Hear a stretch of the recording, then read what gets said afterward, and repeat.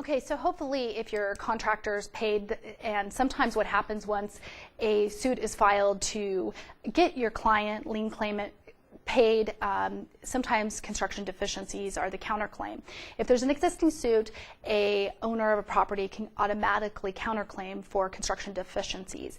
If there's not a suit, then a owner must comply with Chapter 40 construction defect pre-litigation requirements. And this can be found under NRS 40.600 to NRS 40.6885, which commonly is referred to as Chapter 40.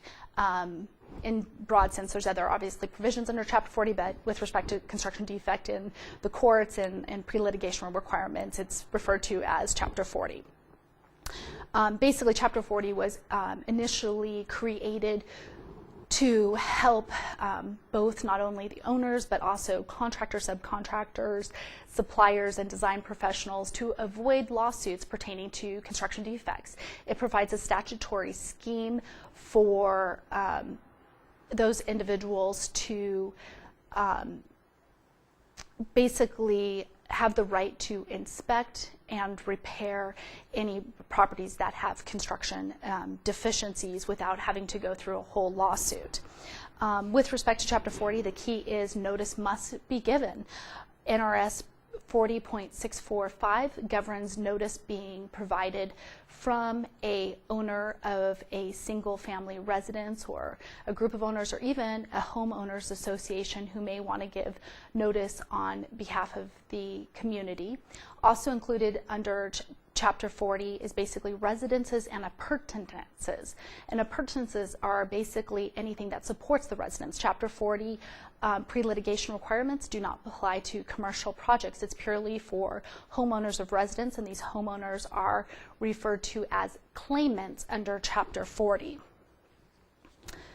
And essentially, if a claimant fails to provide notice to the general contractor under NRS 40.645, then the claimant loses any right to file a litigation against that contractor for their construction deficiencies.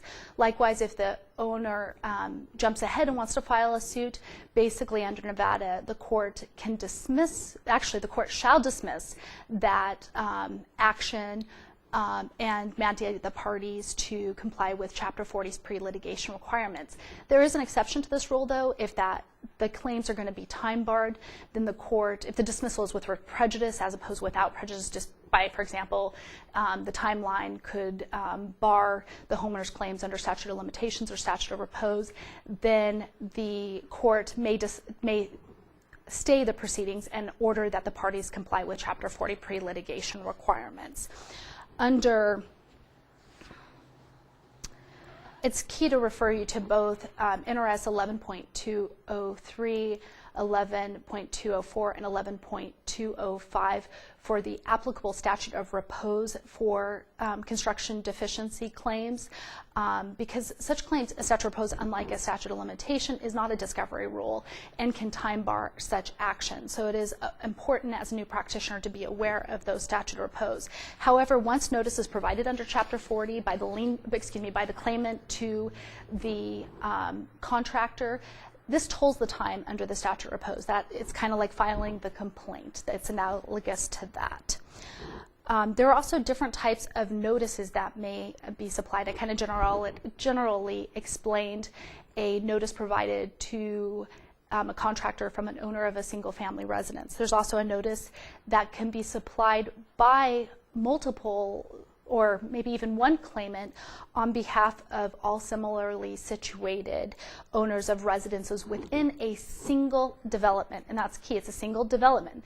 Although this issue has been discussed at length, some of the judges, and back up a little, in Nevada we have, actually in Southern Nevada, we have 3 judges or 3 departments that are appointed to serve on what we refer to as the dirt court, but they handle solely the construction defect cases that come through because they tend to be complex and timely. And so the Clark County has allowed for 3 judges, whereas in Washoe County, for example, all of the judges up in Washoe County, each of the departments do handle construction defect suits. So there, sometimes you'll get different rulings, but the statute appears clear that the notice is on behalf of similarly situated individuals within a single development. Also, a notice can be provided by a HOA representative as long as it's within his or her capacity, and can be brought. That notice can be brought on behalf of the residences and appurtenances. I'm not going to go into that. That's a little complicated. There is a lot of Nevada Supreme Court opinions dealing with when that situation can happen. And likewise, I would refer you to chapters 116 and 117 of the Nevada Revised Statutes. But just to kind of get you started, when a notice of construction defect is sent out, how is this notice to be provided? Essentially, a claimant must give a written notice by certified mail, return receipt requested to the contractor, and there's requirements that must be set forth in this notice. For example, the notice must explain with some clear detail what the defects are being alleged by the claimant against the contractor. It must provide this in reasonable detail, and reasonable detail has also been discussed at length. Once you take a look at NRS 40.645, I'd suggest looking at the annotations of what the current case law is describing what the appropriate notice of construction deficiencies are. Once the notice is given, it triggers a bunch of timelines with respect to the contractor. Upon receipt of a notice from a claimant of the construction deficiencies, that contractor must turn around, if you're representing the contractor, and give notice to the subcontractors, design professionals, as well as the suppliers if known by the contractor within 30 days. This notice must be in writing and also must be served by certified mail return receipt. The provisions governing this are under NRS 40.646. Each of these timelines kind of essentially follow in order. Then the next part would be the parties receiving notice under NRS 40.646 would have the right to request an inspection of the property, likewise with the contractor. The statutory provisions essentially mandate that the owner allow the parties to inspect these premises. There is a difference for notice providing to all those similarly situated. I'll get to that, but for just a common regular construction deficiency notice, basically the claimant that is submitting that notice must allow the contractor and the subcontractors to enter the residence to inspect the complaint of construction deficiencies. The contractor and subcontractors have a timeline to provide a response to the claimants. This response, once again, is in writing and is also sent via certified mail return receipt. The timeline, essentially, for the contractor is 90 days after the contractor receives notice. And this is where the timeline gets a little gray, and I would be more cautious and look at it as a 120-day timeline, but the contractor's time to respond is extended when the contractor gives notice to the subcontractor, design professional, or the supplier who's in receipt of the contractor's notice under NRS 40.646. There's specifics that must be addressed when responding to the claimant. Specifically, NRS 40.6472 provides what those requirements are, including if the contractor elects to make a repair, to explain what those repairs are going to be. The contractor also has the right to offer a settlement. Likewise, the contractor has the right to set forth why it is not liable for those complained of deficiencies and can set that forth in that responsive letter. If the claimant is a homeowners association, the association is responsible to provide each of its members of the association a copy of this written response within 30 days of receipt. If an election to repair is being made, the contractor cannot set forth in its release that they'll make the repair subject to a full release of a liability. The statute precludes such contractor from making such offer. Likewise, the repairs have a timeline for when they must be made. Then there's other requirements. For example, the repairs must be made by a licensed contractor. The person receiving notice does not necessarily have to be making those repairs. It could be another licensed contractor who could be making those repairs. It just has to be set forth in the response, and also must be completed within a certain time frame, which is either 105 days depending on the number of claimants, or 150 days if the claimants include 5 or more claimants. This time can always be extended by agreement, and that's usually what commonly is done in the practice, but always make sure that that agreement is reached with the claimant's attorney from the offset of trying to figure out the best way to get repairs done if the contractor elects to make repairs or if the subcontractors elect to make repairs. Once the repairs are made, there is a notice that must be provided by the contractor and or subcontractor, design professional, or suppliers within 30 days of the repair being made. Basically, it describes in detail what the repairs were performed on the project. The contractor also has the right to have their repairs inspected, and I would refer you to NRS 40.675. Likewise, if a settlement is presented, there's a timeline that is different than our timeline under NRCP 68 for offers of judgment. You can offer, there's an offer of settlement made in a Chapter 40 pre-litigation matter, the claimant has 35 days to accept that offer. If that offer is not accepted, then it's obviously deemed rejected, and the contractor can present that information in the court during litigation if litigation does follow.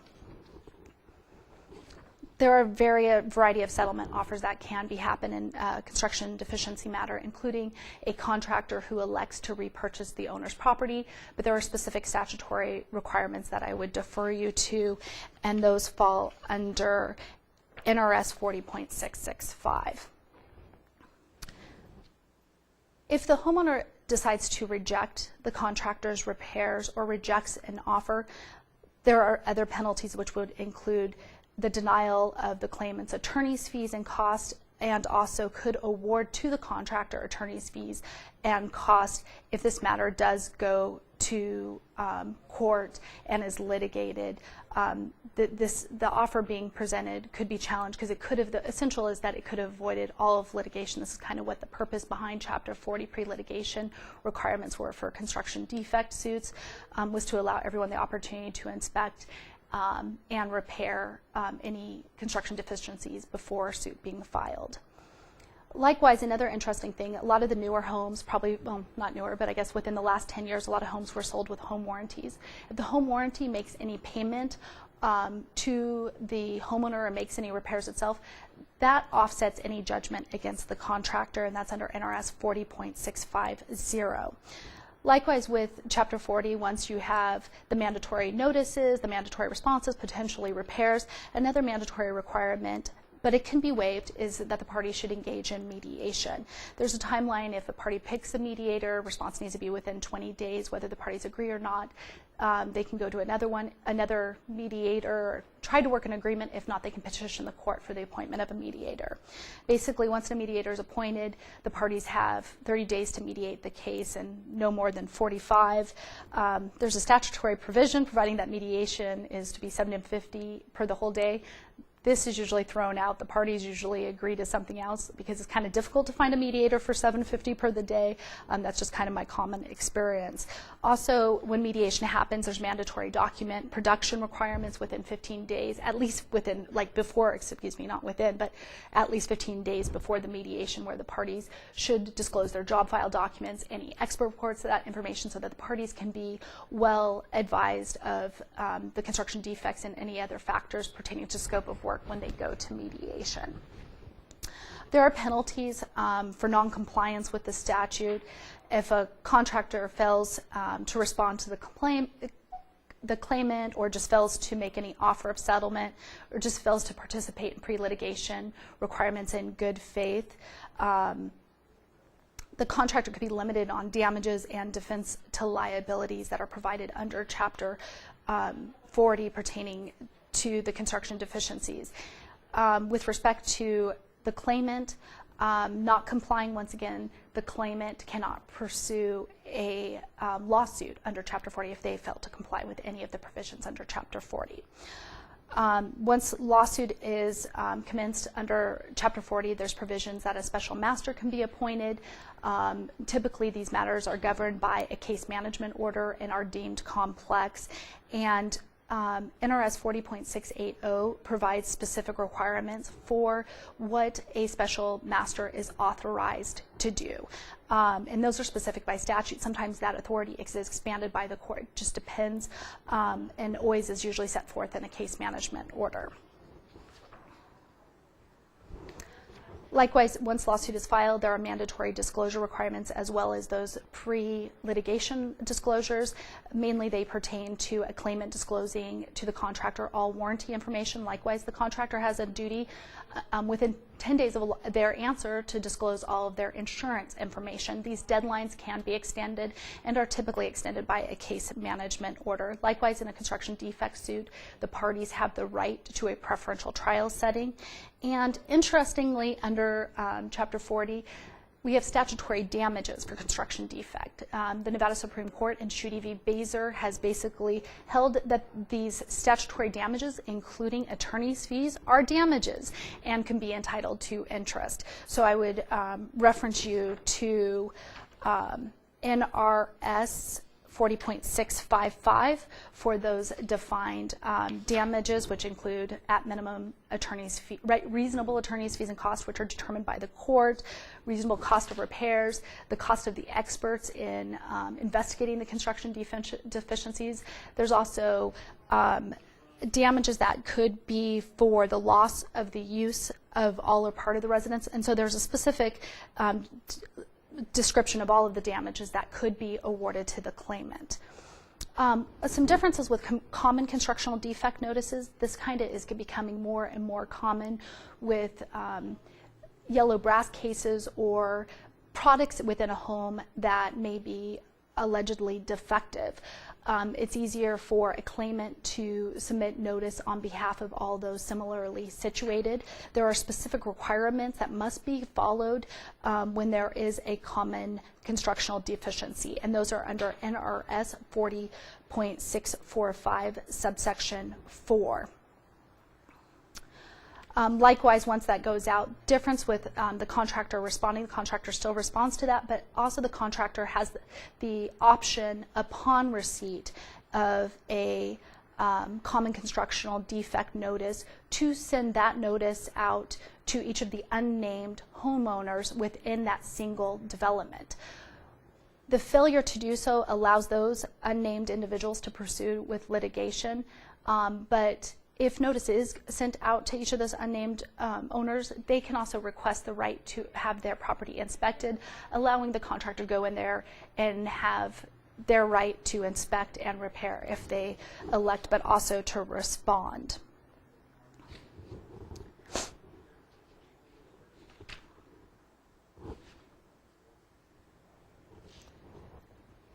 Likewise, with a regular notice, there are timelines that have to be complied with in responding back to the claimant, the named claimant of the common constructional deficiencies, as well as getting in there and repairing. The timeline kind of falls the same with the 105 and 150 day to get in there and make repairs. There is an exception in both those situations. If the contractor is put on notice of a defect that causes an immediate threat to someone's safety, or mold, for example, then any repairs that are elected to perform have to be repaired within 20 days of such notice. Just some other highlights under Chapter 40. Chapter 40 defines when a contractor is liable. It's a statutory definition under NRS 40.640. Specifically, in a claim to recover damages resulting from a constructional defect, a contractor is liable for the contractor's acts or omissions, or the acts or omissions of the contractor's agents, employees, or subcontractors. And there's a list of items when a contractor is not liable, and for example, normal wear and tear or deterioration of a residence does not constitute a constructional defect where the contractor would be liable. There's different ones. I would direct you to NRS 40.640 for a further explanation of those. Likewise, interestingly, under Chapter 40 pre-litigation is dealing with insurance. Most likely a contractor may have insurance that covered their work that they performed and any damages that may have been resultant from the constructional deficiencies. And NRS 40.649 provides how that insurance carrier could be put on notice. Likewise, NRS 40.684 provides the duties of an insurance carrier with responding and participating in mediation. However, these provisions do include that if a contractor or a party does not put the insurance carrier on notice, that should not be held negatively against the insured from its insurance carrier. The statute's not meant to be used as a sword by the insurance carrier against the insured. Likewise, Nevada has mandatory disclosure of defects. I would refer you to NRS 40.688 in case you're ever consulted by a homeowner client who was involved in the Chapter 40 pre-litigation notices. There's a duty and there's specific requirements that they have to disclose to a subsequent purchaser. And one last item that I'd want to just touch on quickly is if you're representing a contractor or even the owner who's going to bring in a design professional, NRS 40.6884 requires that when a complaint is filed that it is filed with an affidavit of merit explaining why the design professional should be brought into the suit. This involves communication with an expert, reference to documents. The failure to do this certificate of merit could result in any third-party claim brought against the design professional in getting dismissed or actual direct claim against the design professional. With that, thank you.